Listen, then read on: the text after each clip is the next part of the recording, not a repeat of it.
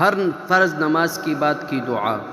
معاذ بن جبل رضی اللہ عنہ سے منقول ہے کہ رسول اللہ صلی اللہ علیہ وسلم نے ان کا ہاتھ پکڑا اور فرمایا، اے معاذ، قسم اللہ کی مجھے تم سے محبت ہے۔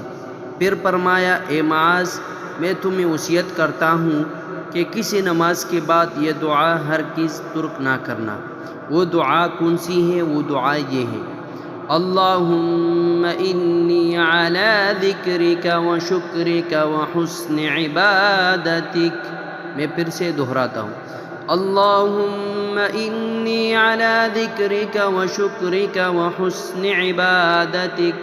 ترجمہ، اے اللہ، اپنا ذکر کرنے، شکر کرنے اور بہترین انداز میں اپنی عبادت کرنے میں میری مدد فرما۔